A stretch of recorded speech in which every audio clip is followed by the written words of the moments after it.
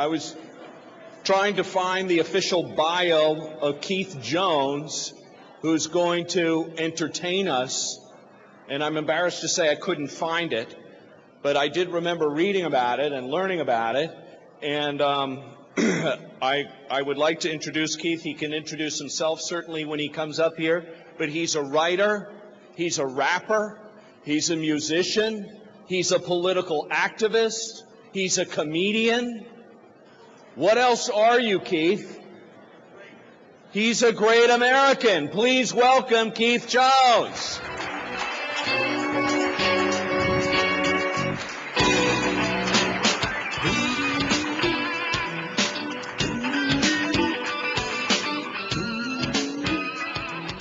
Yeah, they told me to go to the right of the poster. Yeah. Can you hear me? I'm glad you can, because now I can hear myself. So if I said anything that could be used against me in YouTube,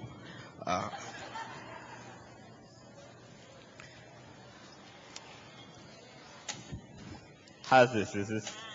Hello, can everybody see me?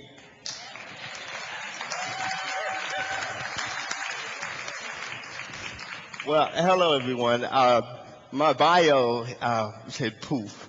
So I'm going to give you a little bit of just a little brief history of who I am, and then we'll get into it. I don't know how long I have. How long do I have? You have about 20 minutes. Okay, I got 20 minutes. Ooh, I don't know if they know what they just did, but You're coming back on this afternoon. okay, so I'm coming back on this afternoon, so I won't tell you all the juicy tidbits until later on. That'll keep you here. As you know, my name is Keith Jones. I am a community activist, a disability rights activist, because as you can see, my disability is that I'm just devastatingly sexy. So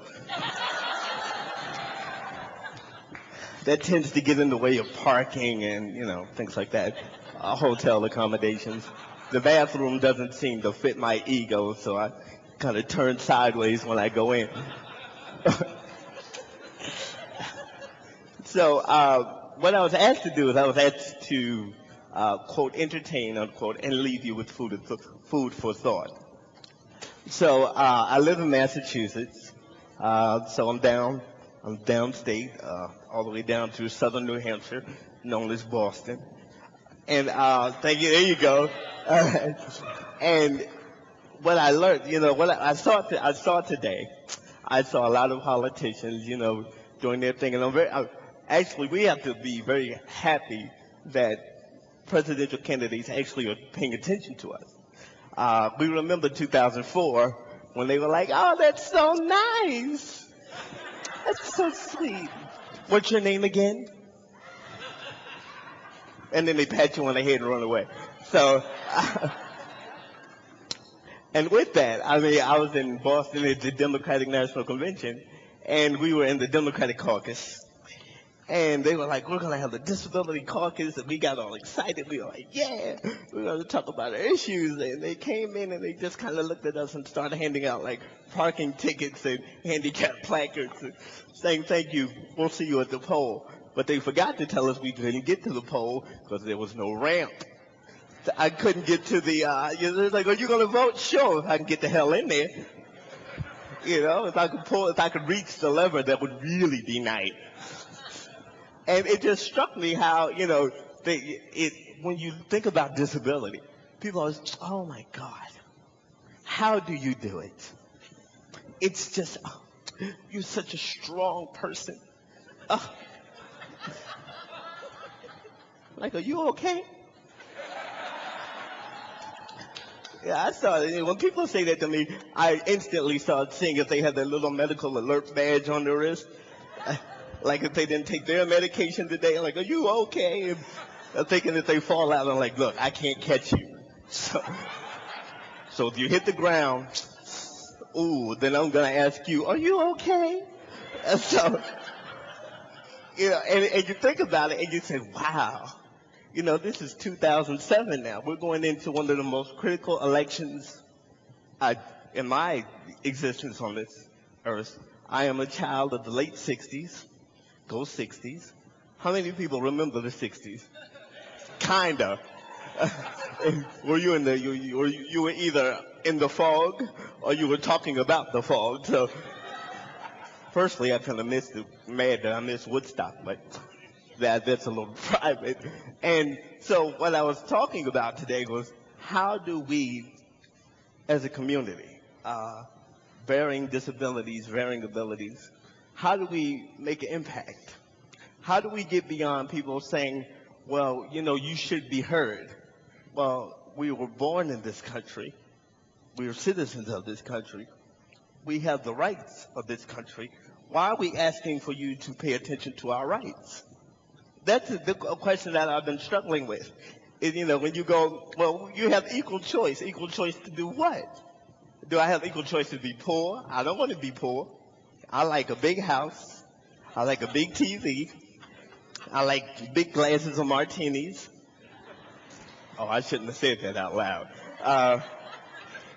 And yeah, I just want to live. You know, we want to go to the club, shake our butt just like everybody else. How many people go to the club? All right. Now, the rest of y'all are lying. I've seen you at the club, too. But when you think about it, we had a lot of people here today that potentially could change or significantly alter our life in terms of policy, in terms of procedure. And as an African-American male in America, you know, I'm standing next to a sign that says equality, opportunity, and justice. And every day, you know, I make a decision on how mad will I be. Will I be pissed off because somebody parked in the curb cut? Will I be pissed off because somebody who don't need the elevator is in the elevator? Or will I be mad because the elevator's broken? And so on any given day, I'm just mad all the time. I'm just mad. Like, what's wrong with you? I'm mad. Why are you mad? Listen, I can't get to the store. We live in New England where there's snow. And you guys in New Hampshire, you guys get a lot of snow? For those of us who use our miniature Cadillacs, like this beautiful model right here, it's very hard to get through the snow if somebody piles it 2 feet high in front of the curb cut. And you ask, you're like, are you really that stupid? Like, why is there a curb cut? Maybe they just think it's there for decoration. I don't, you know. It's like, oh, that's so nice. And so these are the things that I think about when I go through my day. But when I was called, and Clyde, thank you, and GSIL thank you for having me. I feel that this is an honor and a privilege. So I'm going to give you a couple of stories that shall exemplify, and maybe some of you can relate and some of you can't.